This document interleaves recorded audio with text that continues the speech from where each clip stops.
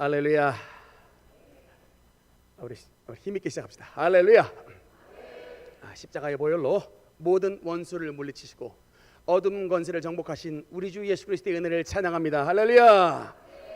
오늘 우리 예배 시간 가운데에 은혜의 성령께서 운행해 주셔서 무더위 속에 지친 우리 모든 성도님들의 심령과 여러분의 육체를 일으켜 주셔서 새 힘이 부어져 우리 성도님 가운데 단 한 사람도 천국문에 낙오하는 사람 없이 우리 모두 다 영광 가운데 입성할 수 있는 하나님의 구원과 영광의 충만하게 역사가 나타나게 되시기를 주님 이름으로 축원합니다.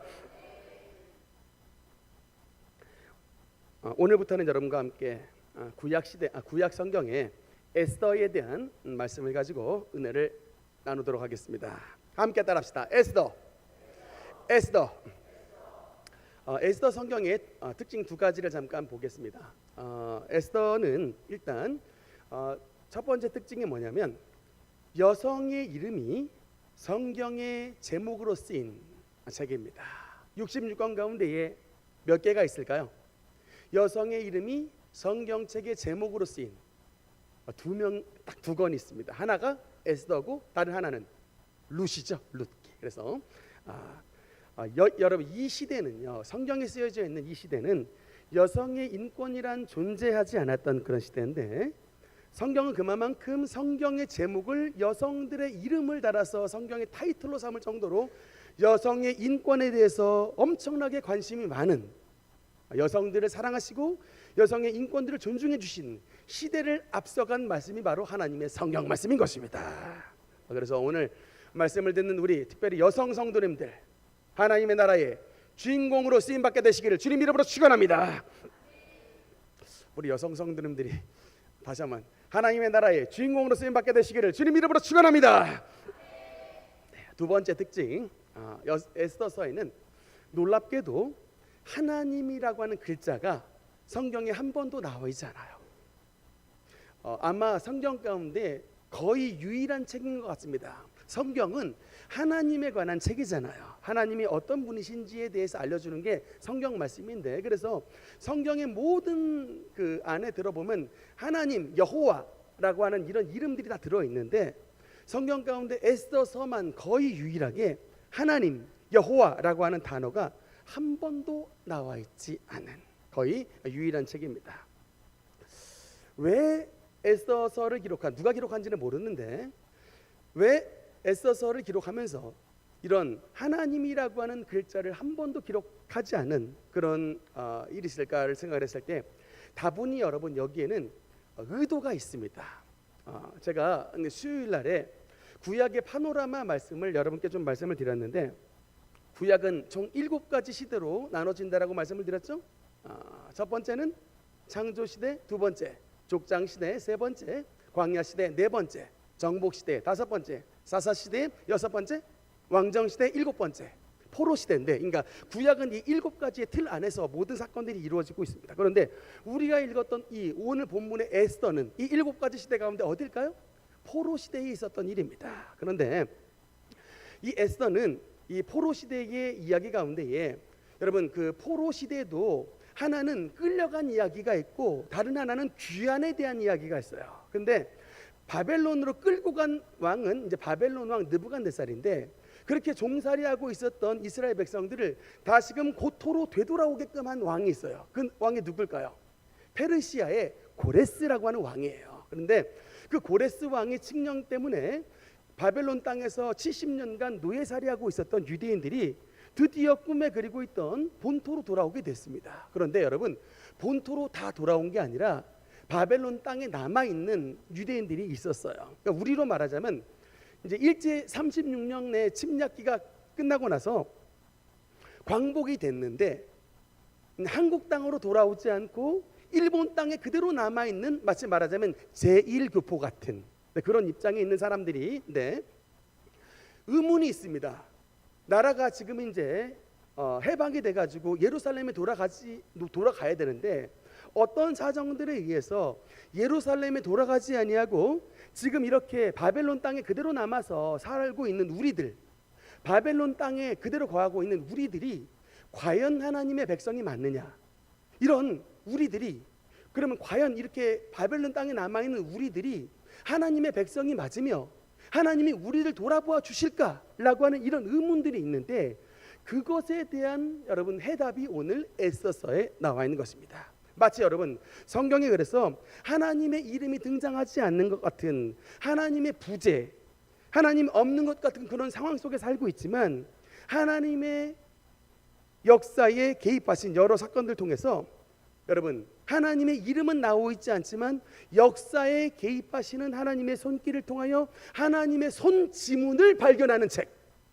하나님의 손지문, 역사에 개입하신 하나님의 손길을 통하여 하나님의 손지문을 발견하는 그 해답을 발견된 그 책이 바로 오늘 본문의 에스더서라고 여러분께 말씀을 드릴 수 있습니다. 앞으로 그래서 10주간에 걸쳐서 에스더서 말씀을 통해 여러분과 나누는 동안 하나님의 역사하심이 손지문에, 하나님의 손지문의 역사하심을 여러분의 삶 가운데 체험할 수 있는 우리 모든 능력교회 권속들 되시기를 주님 이름으로 축원합니다. 에스더서에는 총 몇 명의 주인공이 등장할까요?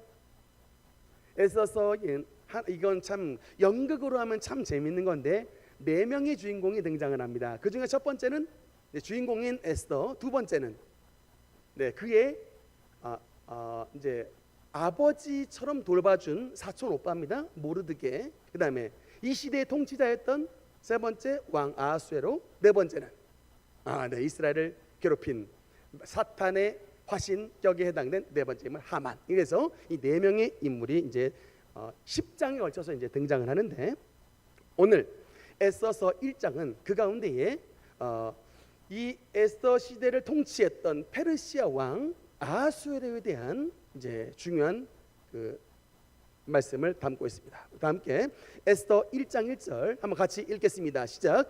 이 일은 아하수에로 왕 때에 있었던 일이니.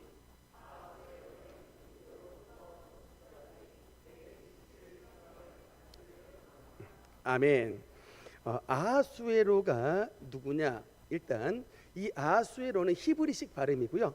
이 아하수에로를 그리스, 그러니까 헬라식으로 발음을 하면 크세르크세스라고 하는 이제 왕입니다. 그래서 크세르크세스라는 이름의 뜻이 뭐냐면 영웅들의 지배자라는 뜻이래요. 이름이 멋있죠? 크세르크세스, 영웅들의 지배자라는 이제 그런 이름을 가진 왕인데, BC 485년서부터 465년까지 대략 한 20년간 페르시아를 통치한 왕입니다. 그런데 제가 자료를 한번 살펴보니까 이 크세르크세스, 즉 아하수에로 왕이 어떤 사람인가에 대해서 두 가지의 대비된 자료가 있습니다. 일단 왼쪽 자료를 보니까 조금 확대를 한번 해주실래요?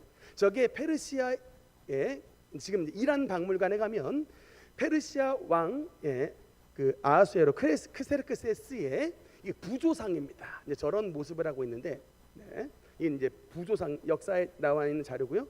근데 우리가 조금 더 익숙히 알고 있는 자료가 있습니다. 오른쪽 사진에 보니까 영화 300이라고 하는 영화를 보면 크세르크세스 왕이 등장하는데 저게 바로 아하수에로 왕이에요.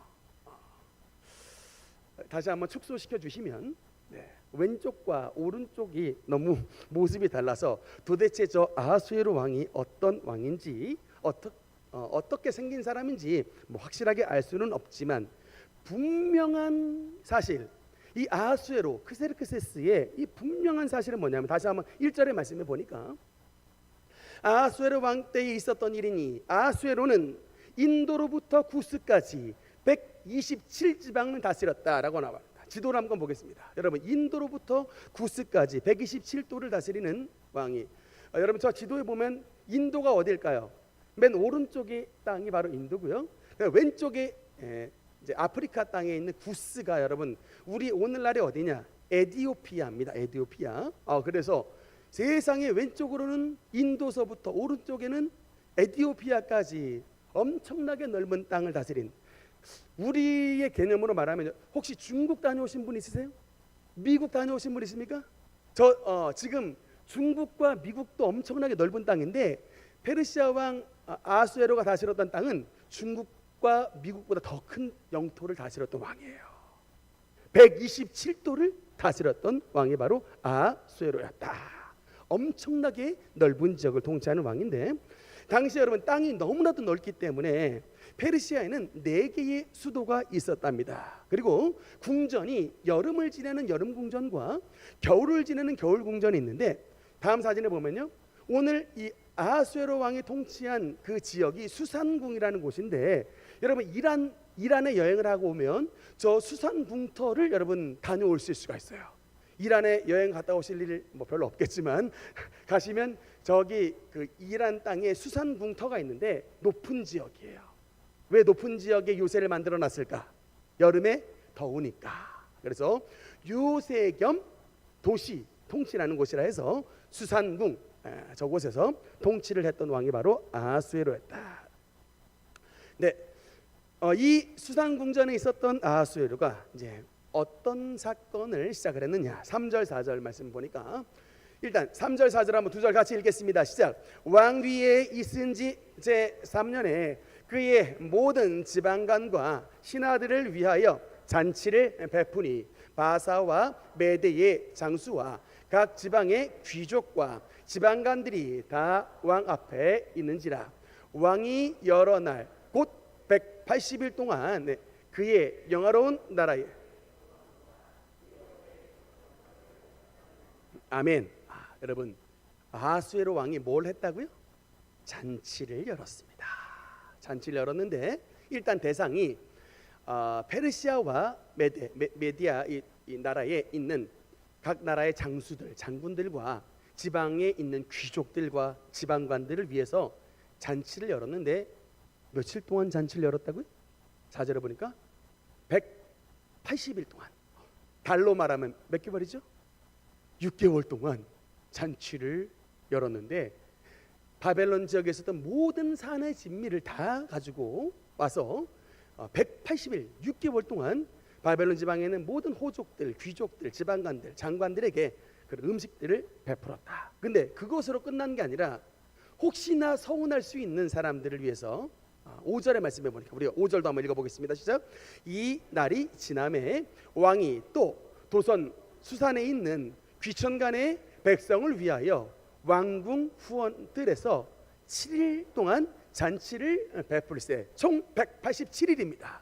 180일은 귀족들과 장관들을 위해서 했다면 나머지 7일은 혹시나 소외감을 느낄 수 있는 백성들과 하층민, 천민들까지 일주일 동안 수산궁에 들어와 그 수산궁 안에서 모든 영화를 체험하고 왕이 따라주는 술을 마시며 그 엄청난 잔치를 맛보게 했다라고 하는 것입니다.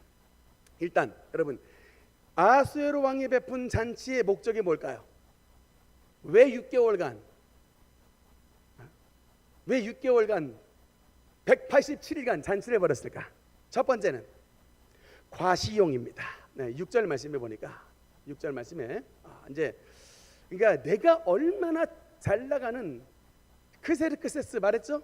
영웅들의 통치자. 내가 얼마나 이 칭호를 받기에 합당한 사람이냐. 지금 127도를 다스리는, 얼마나 풍성한 땅을 다스리고 얼마나 풍성한 재물이 나에게 있고 얼마나 호화로운 왕궁에 살고 있는가를 과시하고 싶은 거예요. 6절 말씀해 보니까 뭐 대리석 기둥, 은고리, 뭐 금잔 이런 것들 다 나옵니다. 어주가 한이 없이 풍성한 잔치를 그러니까 배설을 해줬다는 겁니다. 저도 저런 잔치 한번 가보고 싶어요. 근데 특히 7절 말씀에 보면 금잔으로 마시게 했는데 잔의 모양이 각기 달랐다.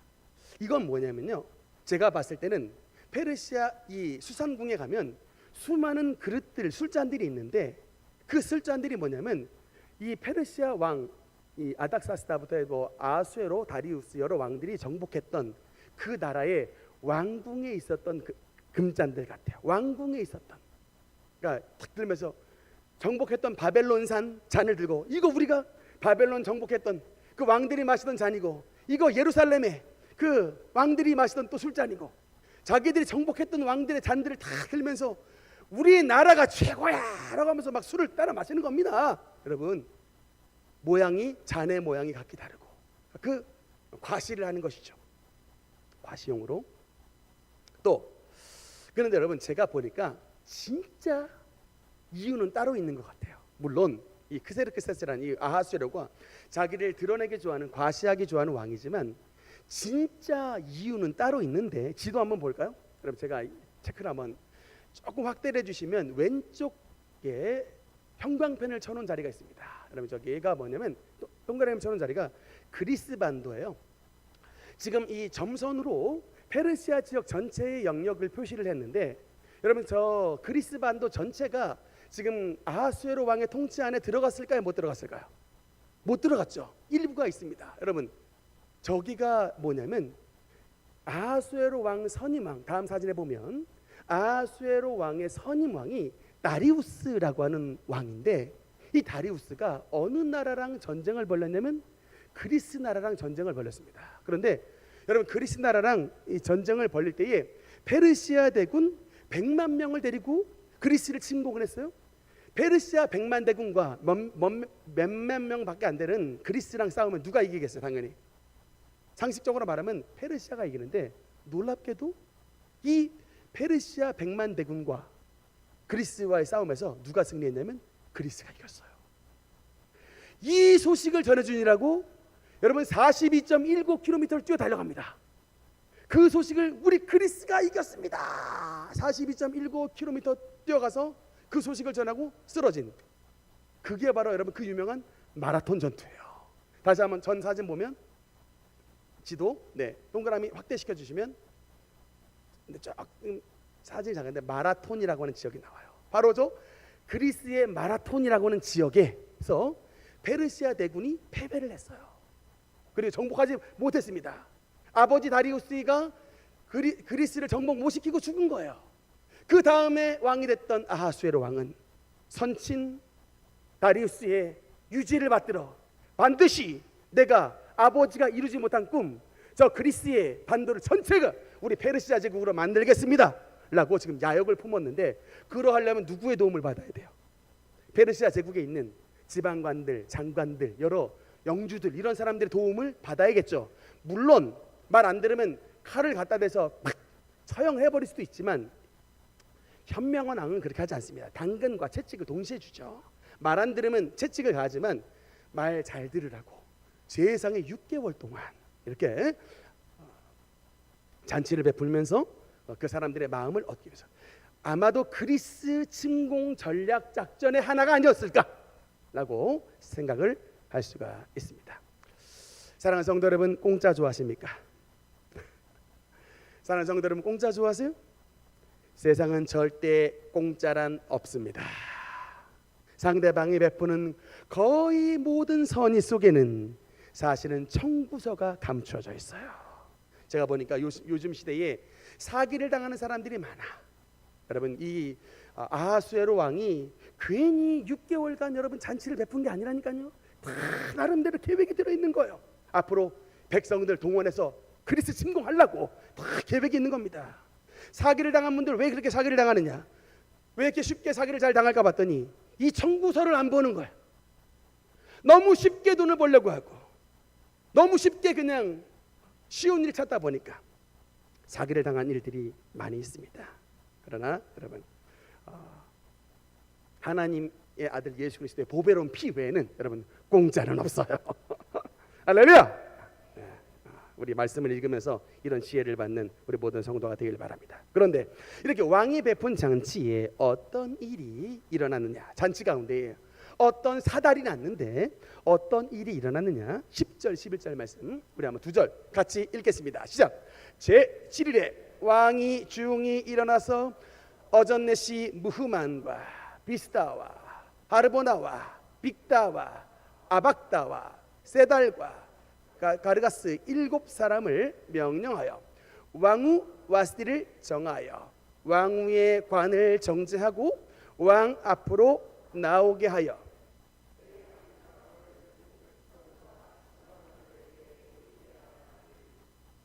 왕후의 용모가 보기에 좋음이라. 이 아하수에로 왕은 욕심이 많은 왕이었습니다. 이미 127도를 가지고 있는데 127개의 이 지역을 정복하고 다스리고 있는데 그 한 가지 정복하지 못한 그리스의 정복을 또 하기 위해 128번째를 차지하기 위해 또 도전했던, 세상의 군왕들이 다 이렇게 욕심쟁이들이에요. 그리고 허세가 가득한 사람들입니다. 그런데 이제 그렇게 허세가 가득한 사람이다 보니까 이 왕후 와스디라고 하는 왕후가 있는데, 그 왕후를 초대해서 아마도 예뻤나 봅니다. 그 왕후 와스디의 용모를 사람들에게 자랑시키고 싶었던 것 같은데, 근데 여러분, 이제 왕이 명해서 나와서 너의 용모의 아름다움을 보여라 라고 명령을 내렸습니다. 여러분이 왕후라면 나가겠어요, 안 나가겠어요? 나가겠죠, 보통. 그런데 여러분이 왕후라면 나가시겠지만, 이 명령을 받은 왕후 와스디는 어떤 반응을 보였느냐. 12절 말씀을 보니까, 12절 또 읽겠습니다. 시작. 그러나 왕후 와스디는 내시가 전하는 왕명을 따르기를 싫어하니 왕에 진노하여 마음속이 불 붙는 듯 하더라. 이 아하수에로 왕의 명령을 받은 왕후 와스디가 왕 앞에 나가기를 거절했다, 안 했다? 거절했습니다. 왕명을 따르기를 싫어하니 거절했습니다. 왜 거절을 했을까요? 왕이 좀 나와서 너의 아름다움을 보이라고 했는데 왜 왕후 와스디는 거절했을까? 성경에 특별한 설명이 나와 있지 않아서 우리가 정확한 이유는 잘 알 수 없는데, 당시에 여러분 그 페르시아의 문화를 한번 보니까, 당시에 왕이 베풀었던 그 잔치에 많은 장관들과 귀족들이 있는데, 그 옆에 앉아 있는 여인들은 누굴까요? 전부 다 부인들이 아니고 술 따르는 기생들입니다. 천한 여인들이에요. 그런데 이 천한 여인들이 있는 이 장소에 한 일개의, 아니 나라가 전체 제국의 왕후인 와스디가 나가서 남자들의 눈요깃거리가 되는 상황을 기쁘겠어요, 안 기쁘겠어요? 안 기쁜 것이죠. 자존심이 있는 것이죠. 안 나가는 겁니다. 저는 기생들과 몸 파는 여인과 똑같은 취급을 내가 받을 수 없습니다 라고 거절을 했습니다. 더더군다나 다음 그 11절 말씀에 하나 더 보면은, 한 번만 더 눌러주시면 돼요. 네, 11절 말씀에 보면 왕이 명령을 내렸는데, 왕후 와스디를 정하여 왕후의 관을 정제하고 라는 말이 있어요. 이 부분을 저는 예전에는 그냥 옷을 다 갖춰 입고 왕후의 관, 예쁜 관을 탁 쓰고 정제해서 나가라고 나가는 것을 당연히 알았는데, 그게 아니라 혹 다른 학자는 뭐냐면, 왕의 명령은 다른 거 다 입지 말고 왕후의 관만 쓰고 나오는 것으로, 그러니까 이 진짜 이게 그냥 몸 전체를 거의 나체를 이런 궁중 이런 장군들과 신하들 앞에 보이려고는 매우 치욕스러운 자리였기 때문에 거절했을 것이다. 이 두 가지가 다 해석들이 있는데, 분명한 건 그 자리는 결코 왕후가 가는 이런 정제된 자리가 아니라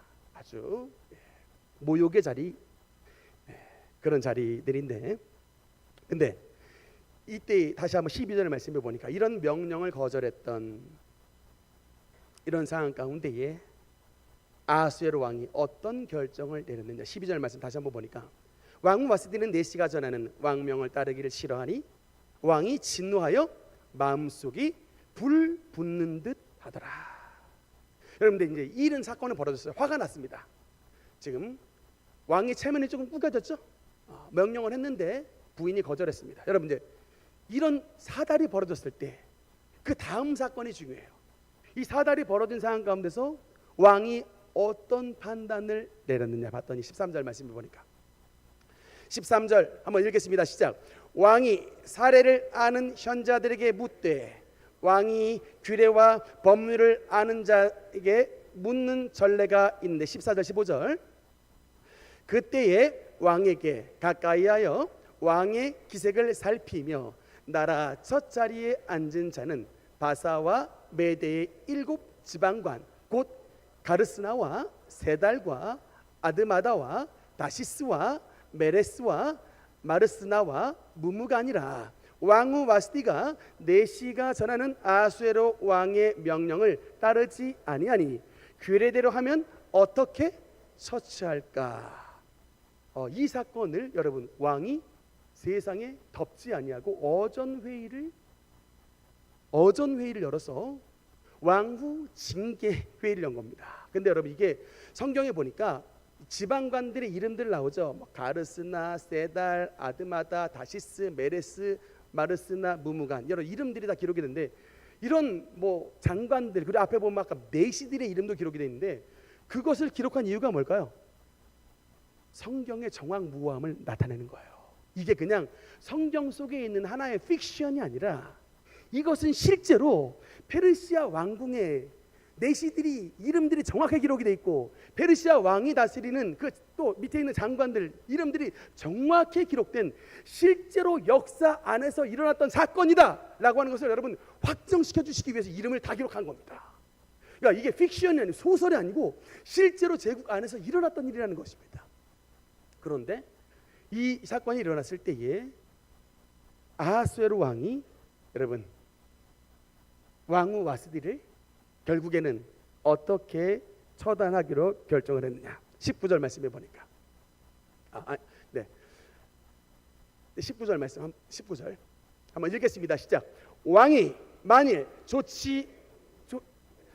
와스디가 다시는 왕 앞에 오지 못하게 하는 조서를 내리되 바사와 메대의 법률에 기록하여 변개함이 없게 하고 그 왕후의 자리를 그보다 나은 사람에게 주소서.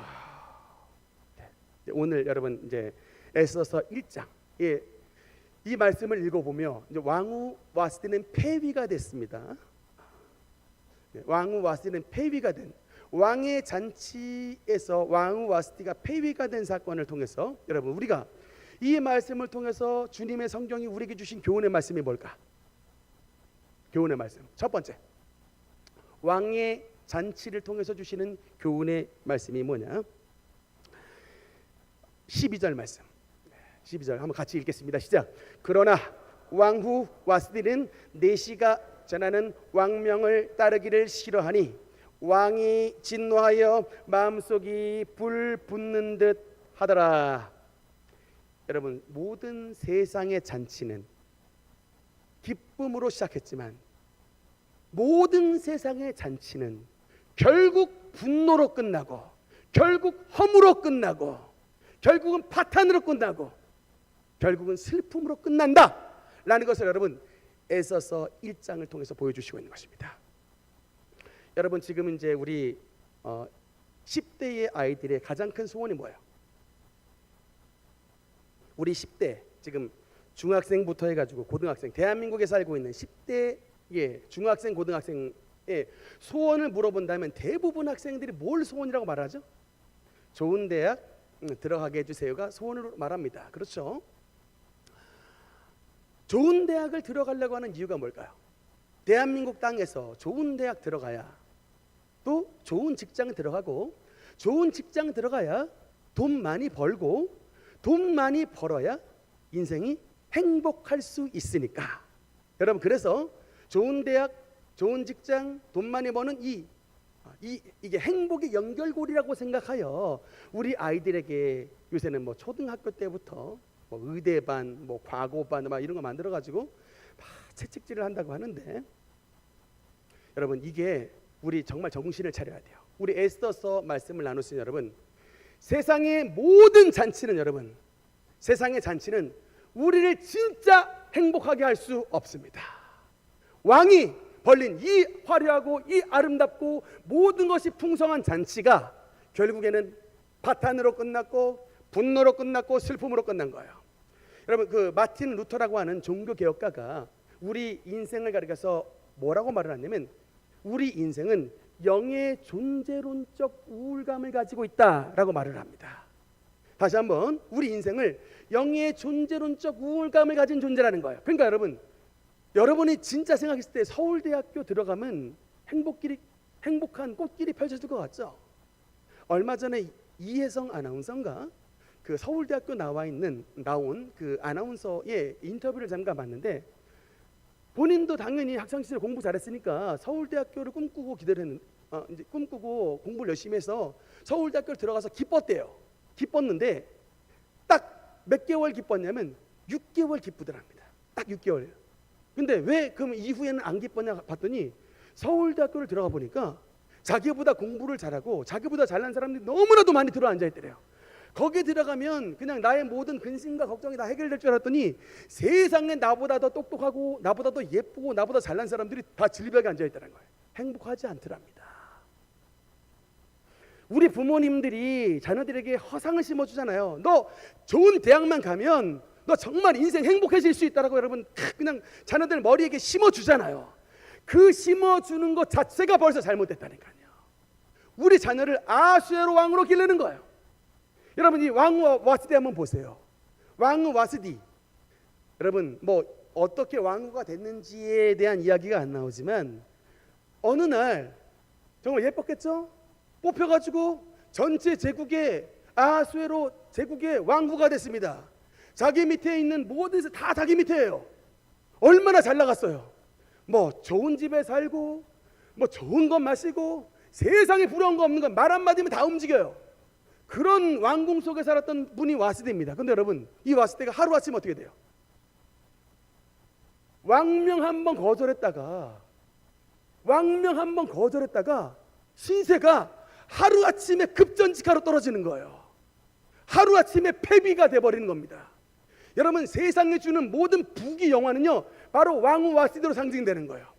절대 보장 안 돼요.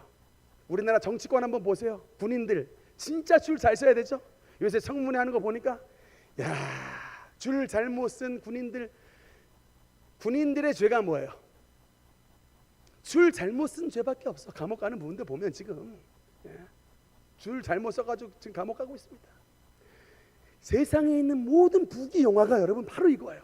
왕후 와스디와 같아.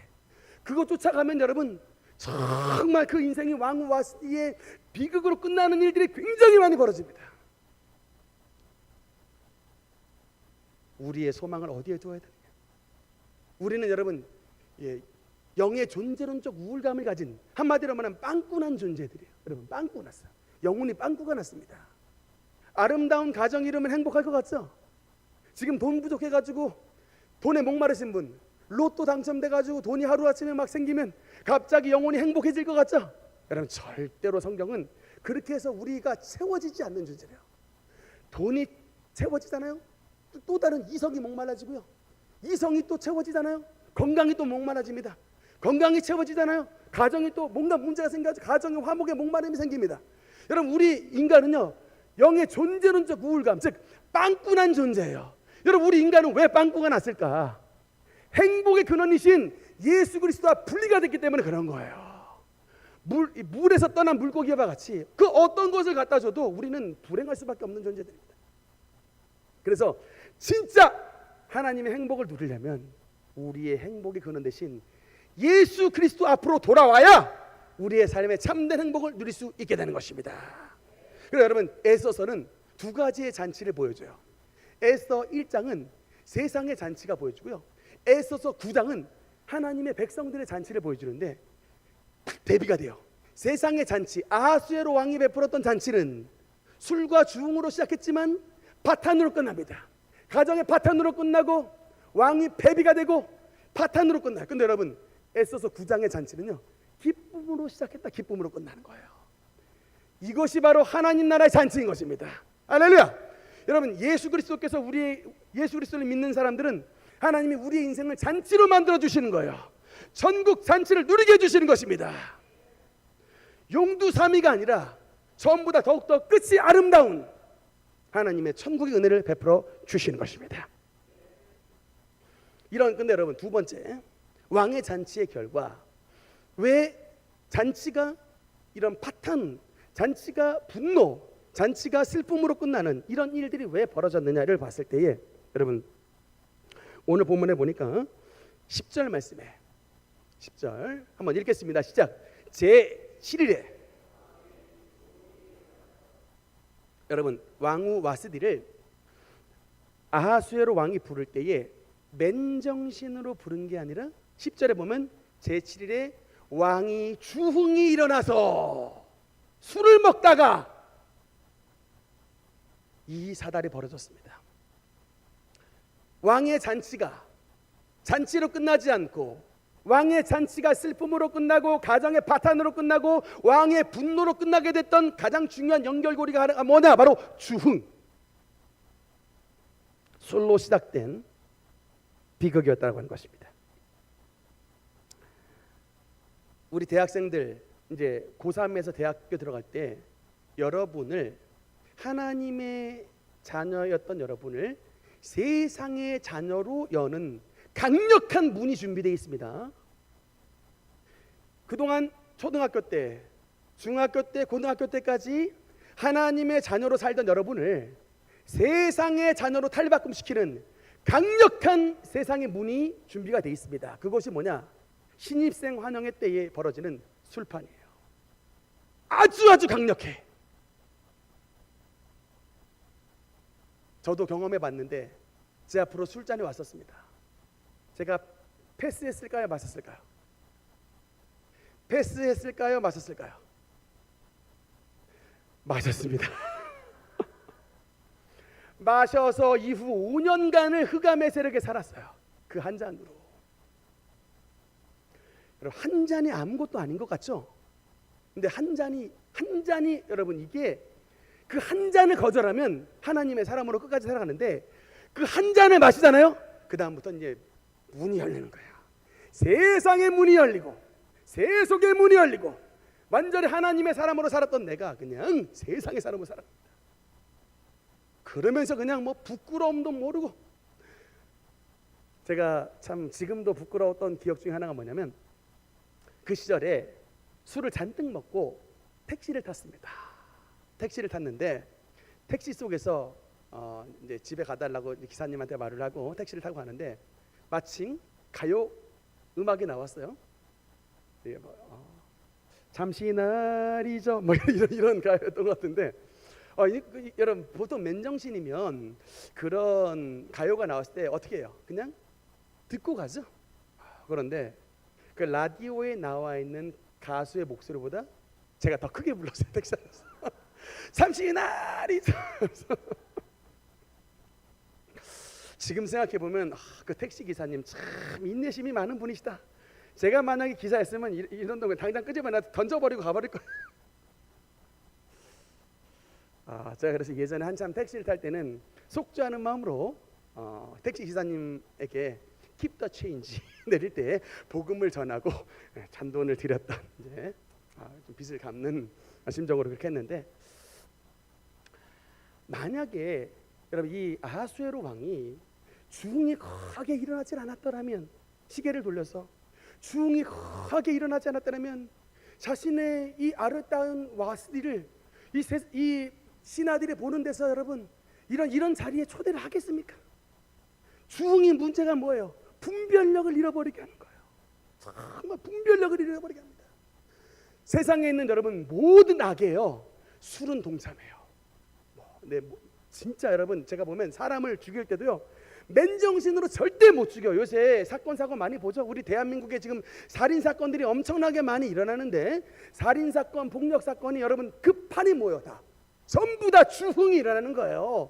술에 분별력을 잃어버려가지고 참지 못하고 혈기방장하여 그 사랑하는 연인을 찔러 죽이고 사랑하는 동료를 찔러 죽이는 이런 일들이 지금 대한민국 사회 안에서 엄청나게 많이 벌어지고 있습니다. 문제는 지금 여러분, 우리 대한민국은 세계 알코올 소비율이 인구당 1위예요.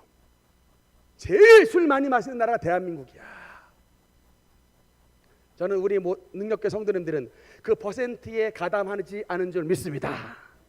여러분, 혹여나 술 마시는 분 끊으세요. 진짜 하나님은 우리에게 뭐라고 말씀을 하시느냐? 잠언 23장 말씀을 보니까, 잠언 23장 29절 한번 읽겠습니다. 시작. 재앙이 네게 있느뇨? 근심이 네게 있느뇨? 분쟁이 네게 있느뇨? 원망이 네게 있느뇨? 까닭 없는 상처가 네게 있느뇨? 붉은 눈이 네게 있느뇨? 술에 잠긴 자에게 있고 혼합한 술을 구하러 다니는 자에게 있느니라. 31절 계속 한번 보겠습니다. 31절. 포도주는 붉고 잔에서 번쩍이며 순하게 내려가나니 너는 그것을 보지 말지어다. 그것이 마침내 뱀같이 물 것이요 독사같이 쏠 것이며 또 내 눈에는 괴이한 것이 보일 것이요 내 마음은 구부러진 말을 할 것이며 34절 너는 바다 가운데에 누운 자 같을 것이요 돛대 위에 누운 자 같을 것이며 내가 스스로 말하기를 사람이 나를 때려도 나는 아프지 아니하고 나를 상하게 하여도 내가 감각이 없도다. 내가 언제나 깰까 다시 술을 찾겠다 하리라. 야, 잠언 23장의 말씀을 보니까 마치 알코올 중독자를 옆에서 인터뷰를 하는 것처럼 알코올 중독자의 이런 죄송합니다. 주사, 술고장을 그대로 옆에서 다 기록을 한 것처럼 말씀이 나와 있는데 분명히 말씀합니다. 재앙이 누구에게 있느냐, 다툼이 누구에게 있느냐, 분쟁이 누구에게 있느냐, 혼합한 술을 찾는 자에게, 원망이, 상처가 혼합한 술을 찾고 술에 잠긴 자에게 그런 재앙들이 따른다라고 말을 합니다. 여러분, 성경은 1.1핵도 변함이 없는 말씀이에요. 나는 뭐 술 먹어도 실수하지 않아요 라고 말씀하시는 분 있습니까? 제가 말씀을 드리고 싶습니다. 성경은 혼합한 술에 잠기는 자, 술에 잠기는 자가 되지 말라, 술에 임박힌 자가 되지 말라고 말합니다. 왜냐하면 이게 하나의 피난처 역할을 하거든요. 마음이 괴로울 때 우리가 하나님을 의지해야 되는데 이 술의 문제는 뭐냐면 물론 실수를 하기도 하지만 하나님 이외에 다른 피난처를 제공해 준다는 것입니다.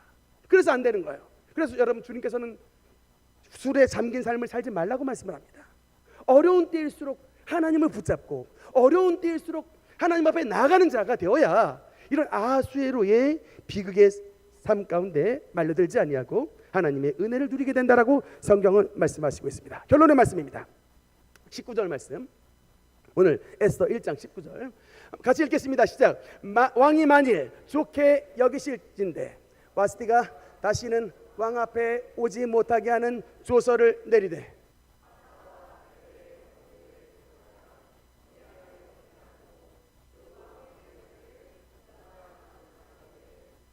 아멘. 왕의 잔치의 결과, 여러분, 세상의 잔치의 결과 가정은 깨졌고 왕후는 쫓겨났습니다. 그것은 또 왕의 중으로 말미암아 일어난 사달입니다. 이것을 보면 딱 여러분, 성경 에스더서 1장은 뭐예요? 막장 드라마죠. 말하자면 막장 드라마잖아요.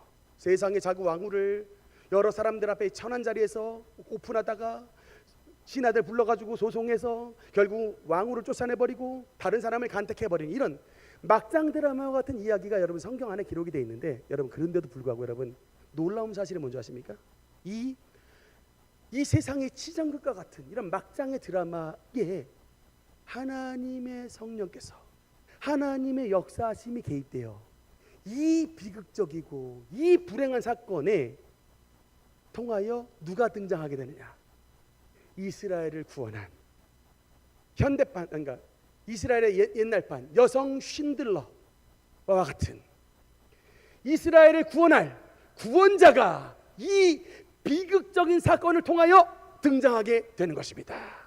우리 인생의 눈으로 봤을 때는 그야말로 치정극, 상처가 나고 문제가 생기고 가정이 깨지는 이런 굉장히 어려움의 일들이지만, 여러분 이 어려움의 재료를 통해서 하나님의 놀라운 역사하심과 반전의 사건이 나타나게 되는 것입니다. 그래서 성경 로마서 8장 28절은 이렇게 말씀합니다. 한번 같이 읽겠습니다. 시작. 우리가 알거니와 하나님을 사랑하는 자 곧 그의 뜻대로 부르심을 입은 자들에게는 모든 것이 압력하여 선을 이루느니라. 아멘. 우리 에스더서의 핵심 단어가 뭐냐면 반전이에요. 반전. 에스더서의 핵심어가 뭐냐? 반전이에요. 왕후 와스디가 쫓겨나가지고 지금 싸움이 나고 왕이 분노가 나고 어려움이 임한 이런 악한 재료, 나쁜 재료, 그야말로 고통과 불행이 시작했던 이런 재료인데, 하나님은 이 불행과 고난의 재료 가운데 임하여 주사 그 재료를 들어 하나님의 선한 능력, 하나님의 선의 구원의 역사, 에스더서의 주인공인 왕후 에스더를 등장시키는 하나님의 축복의 통로로 사용하셨다라고 하는 것입니다. 여러분, 그래서 삶에 닥친 모든 불안과 고난 가운데 너무 쉽게 원망하지 마십시오. 너무 쉽게 불평하지 마십시오. 생각해 보니까 저도 신앙생활하면서 많은 어려움들이 있었는데 돌이켜보면 하나님이 그 고난과 어려움의 재료를 반전의 축복의 재료를 사용하신 적이 너무나도 많았습니다.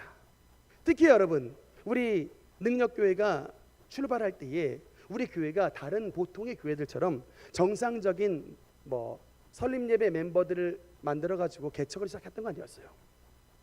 전에도 몇 번 간증의 말씀을 한 적이 있지만 제가 20대 때에 다니던 행신동에 있었던 교회가 분열이 났습니다. 여러분, 교회 분열 겪어보신 적 있어요? 저는 단순히 교회 분열 정도가 아니라 교회에서 쫓겨났습니다. 당회에서 장로님들이 나오지 말래요. 다음 주부터 나오지 말라.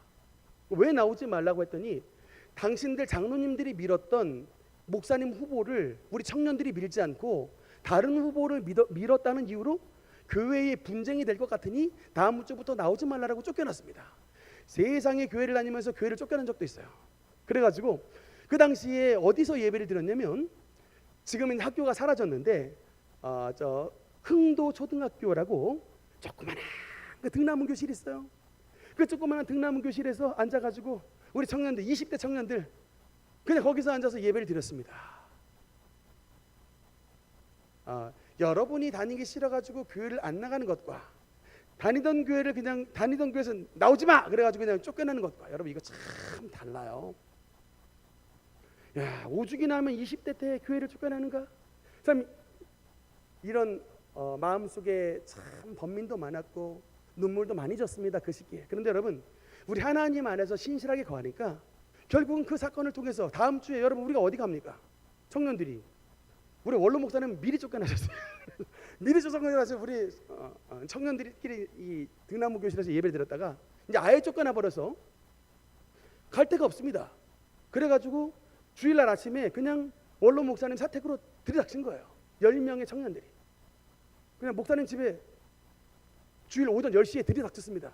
문 두들겼어요. 그러니까 문이 목사님이 딱 문 열니까 청년 10명 밖에 서 있었거든요. 니들이 여기 웬일이야? 주일이 됐는데 갈 데가 없습니다. 들어와. 들어가서 보니까 거실에 장로님도 계시고 목사님도 계시고 청년들도 있으니 예배 드리고 나서 우리 이렇게 됐으니 교회 개척 시작할까요? 아멘 할렐루야. 그래서 개척 시작했어요. 그렇게 해서 출발된 교회가 여러분 능력교회입니다. 물론 출발할 때는 무능력으로 시작했죠. 돈도 없죠, 성도도 없죠, 미래도 없죠. 능력교회가 아니라 사실은 무능력교회 또는 산무교회. 세 가지가 없는, 돈도 없는, 성도도 없는, 미래도 없는. 야, 여러분 아무것도 없는 상태에서 간판을 능력교회라고 탁 다는 거 여러분 얼마나 어려운지 아세요? 능력도 아무것도 없는 상태에서 능력교회라고 딱 간판 다는 거 이거 진짜 어려운 일인데 그렇게 해서 시작했던 교회가 여러분 우리 능력교회예요. 그런데 지금 여러분 우리 능력교회가 이렇게 번듯한 신도시의 아름다운 곳에서 우리 좋은 성도님들과 함께 예배를 드리고 있습니다. 할렐루야. 하나님을 사랑하는 자 곧 그의 뜻대로 부르심을 입은 자들에게는 모든 것이 합력하여 선을 이루느니라. 네, 여러분 이제 테스트가 뭐냐면요, 하나님을 사랑하는 자 안에 거해야 돼요. 끝까지. 고통 속에서도 하나님을 사랑하는 자로 끝까지 거해야 돼. 막 잘 될 때는 하나님 막 찬양합니다 했다가 막 몸 좀 아프고 막 가정 좀 어려워지고 물질 어려움 생기면 막 하나님 살아계시냐고 막 원망하고 막 방탕의 길을 가면 한마디로 말하면 하나님을 사랑하는 자가 아니에요. 하나님을 사랑한다라고 하는 것은 고난 가운데서도 끝까지 우리의 신앙을 지키고 어려움 가운데서도 오늘 우리와 함께 하신 하나님을 찬양하는 그런 사람이 되면 하나님을 사랑하는 자로 인정해 주시는 것입니다. 하나님을 사랑하는 자 곧 그의 뜻대로 부르심을 입은 자들에게는 모든 것이 합력하여 우리의 모든 불행도, 우리의 모든 고통도, 우리의 모든 질병도, 우리의 모든 가난과 물질적 어려움도 하나님의 손안에 합력하여 선을 이루어 결국 하나님의 축복의 은혜를 누리게 하게 되는 것입니다. 그것을 증명하는 말씀이 바로 에스더서인 것입니다. 왕의 잔치로 말미암아 불행이 시작됐지만 그 불행 가운데 하나님이 역사하셔서 이스라엘을 구원한 에스더를 등장시키는 축복의 통로로 만들어 주신 것입니다. 오늘 말씀을 드리는 우리 모든 성도들 가운데 하나님의 동일한 역사가 나타나 우리가 알거니와 하나님을 사랑하는 자 곧 그의 뜻대로 부르심을 입은 자들에게는 모든 것이 합력하여 선을 이루느니라. 하나님의 역사하심을 체험하는 우리 모든 능력교회 권속들 되시기를 주님의 이름으로 축원합니다. 기도하시겠습니다.